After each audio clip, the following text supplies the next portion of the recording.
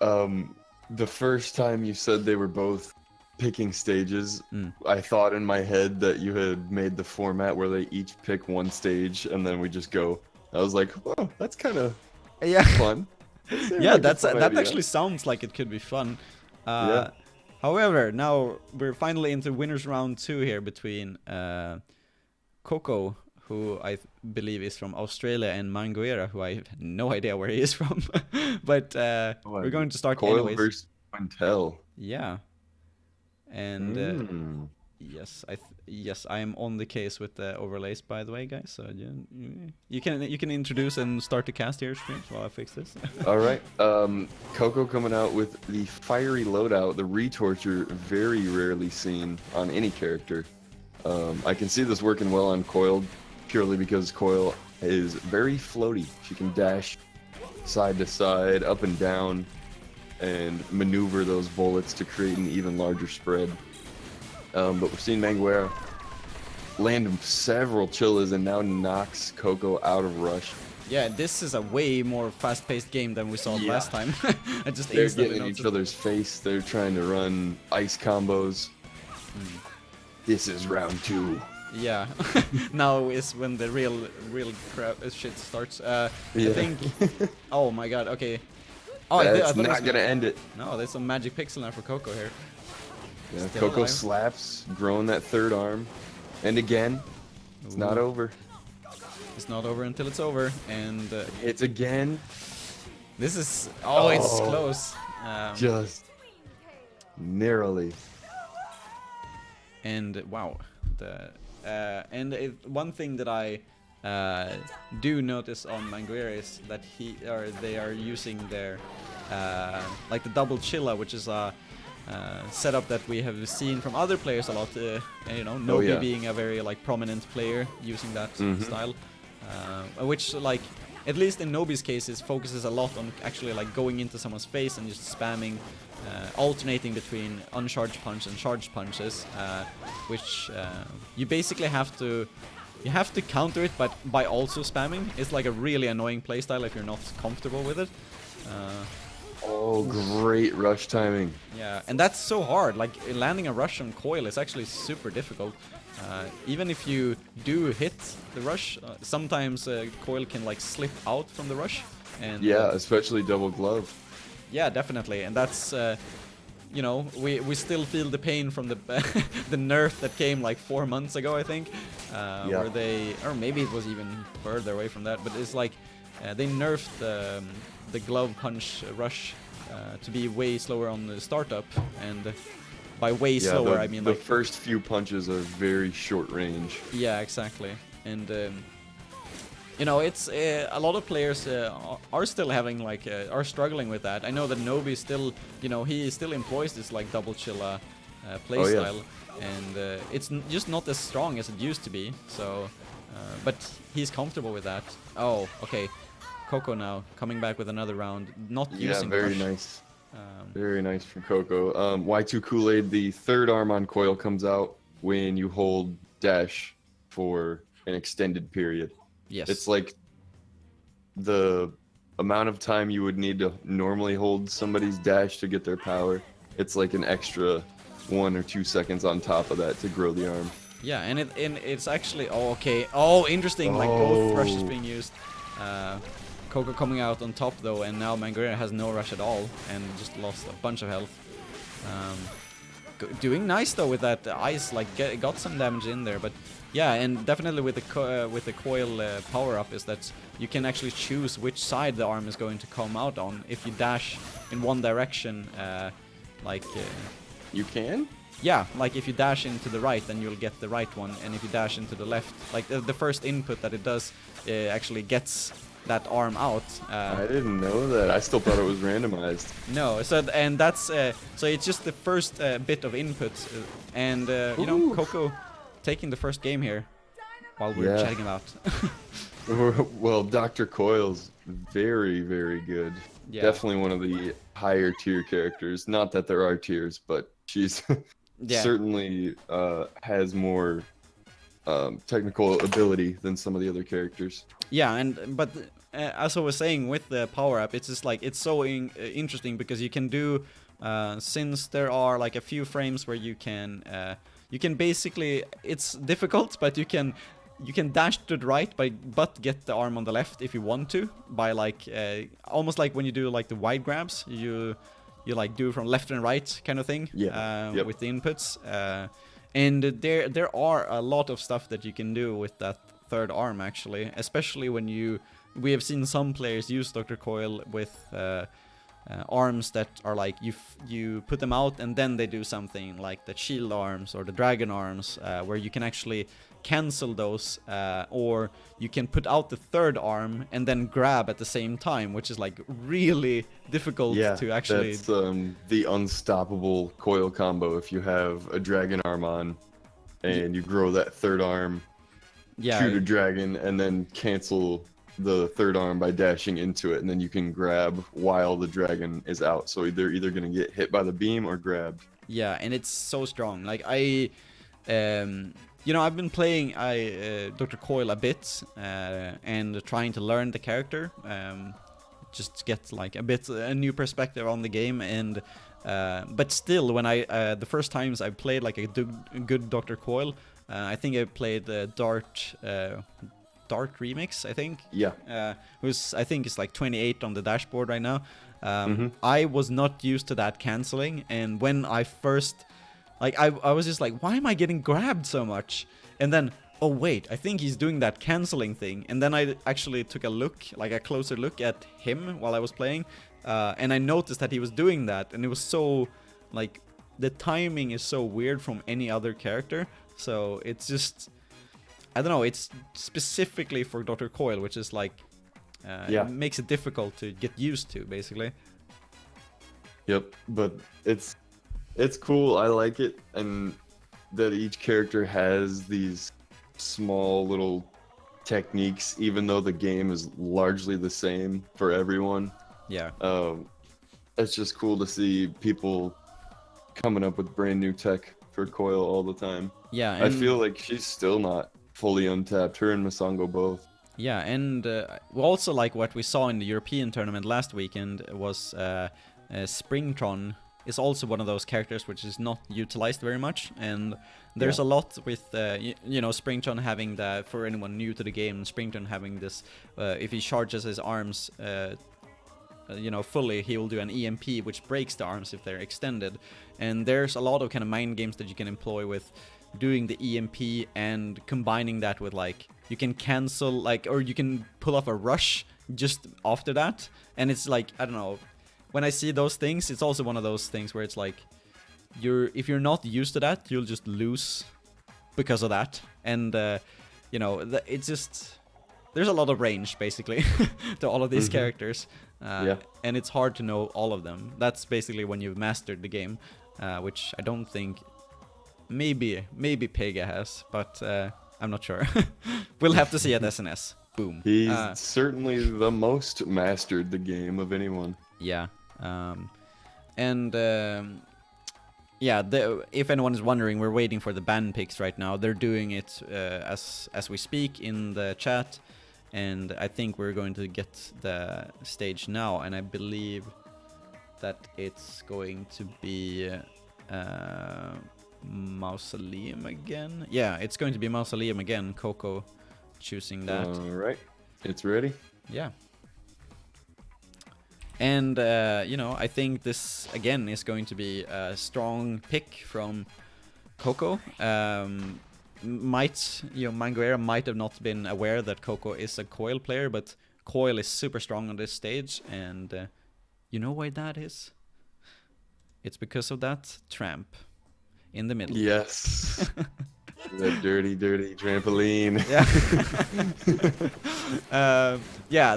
Basically, just that because Coil is floating in the air like that, she can't really be affected by it. But as I say that, Mangueira just coming out swinging with, like, already putting Coco down at like 50% health here. Yep, and Coco almost knocking Mangueira into that trampoline and knocking off a chunk of that floor already. Mangueira, so strong with this like double chilla play right now. think it's almost at kill percent with that rush. Maybe getting Yeah. one more hit and then can finish it. I think you can kill right now. Yeah, but getting a bit impatient right now because Coco is getting a few slaps in. Ooh, And wow, that very was- fortunate. yeah, there was a missed opportunity there. Oh, gets the... That will do. Good rush timing from Mangueira to finish. Yeah, that was sick. Like actually baiting out the trade of the arm there, and then saying like, ah, you're stuck in your place. I'll get you with the rush anyways. Hey, that rhymed. Okay, cool. Yeah, and the Coco now switching up the arms a bit, I believe. Didn't catch actually what the arm was there, but see if this could actually help him here. Now, if the stage breaks in the middle, this is going to be a good thing for Coco, because Absolutely. it's going to be way harder for Mangueira to actually move about on the stage, while Coco can just float on above that trampoline, but not broken yet. Oh, and landing that retorture first 330 off the rush, and Coco's got a huge lead here in round 2. Yeah, I could... I'm not even sure that Mangueira wants to use the rush here in the second round. Probably not, because then just saving it for the last round would probably be best in this case. And Coco dominating that second round. Yeah. Looks like he downloaded that playstyle a bit. Switching? No? Okay. Looked like he was going to switch his arm there for a second, but decides not to. This might be where Mangueira goes down into the loser's bracket, but starts off strong with a 225 rush. Not too much, but, you know, still good enough.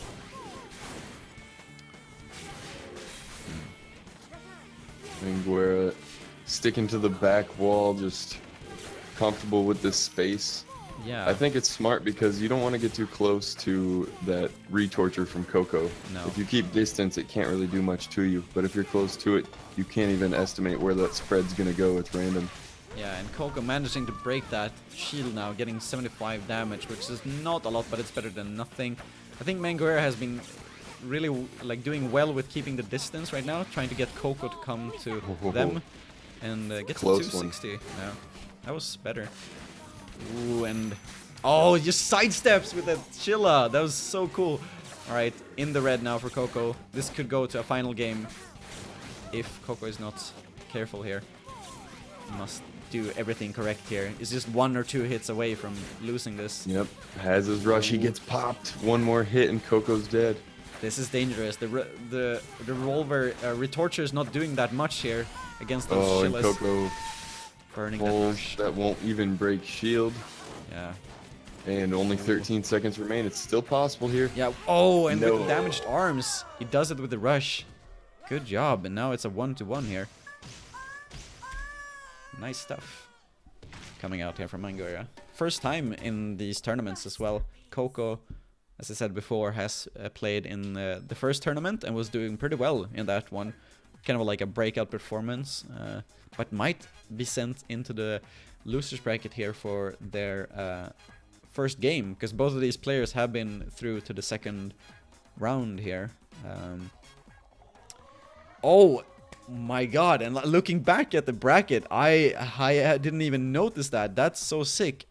So Songki, who is in the bracket here, is actually the first Korean person in this tournament and the first Korean to play in a tournament in ARMS, and now is in the winners quarters here and doing some work. Yeah. Getting, Final 8. yeah, getting 2-0, like a 2-0 twice here, and is now up against Superbao, who is one of the stronger Chinese players. Like, if we can get that on stream later, that would be so sick. But we might be seeing this one first, though. That's so cool. Yeah, that's a really cool matchup. There are a lot of fun-looking matchups coming up for round 3. Yeah, definitely. So whoever wins this one, moving on to face Meow. yeah, I'm so excited for that. So for anyone tuning in and didn't know about like how we're going to run things here with the tournament, so since there are so many games and we have limited amount of time and you know, energy, I was gonna say, we're going to run through the winners bracket, one match per round, and then when we go into the winner semifinals, we're going to do both, and the winner finals. After that, we're going to go into a short break, and then look at the losers bracket and see how that has progressed. So the losers bracket will not be on stream most of the time, so because that usually takes longer in these kind of tournaments. So you know, the players here are not just fighting for honor; they're also fighting for a nice prize pool. Which 100. Whoop, whoop. Yeah. Dollars, racks. So the first in this tournament will be going home with $70, and the second with $20, and third with $10. So you know, $70. That's that's a new mainline Nintendo game right there. You know. Yep. If you couldn't afford Odyssey, here's your chance. Or like 2 copies of ARMS, I guess. Like yes, there you go. I mean, Odyssey and those games, they're freaking expensive, man. Like They are. They like, are, but they're so worth it. I mean, think about like compared to a movie ticket or something like that, you get so many more hours out of a game. True, true. So we're going into Via Dolce here for the last one, if you can change. Clowny, clown. Yes. And oh my God, this is going. Oh, they're hype. These players are jumping. Yeah, I can see that. Okay, looking at the ARMS, we see maybe something new from Coco here. Employing the Tri-Blast. Yep. Ooh. Nope. Go in, Switching opts to go back to the retorture, and there's the Tri-Blast.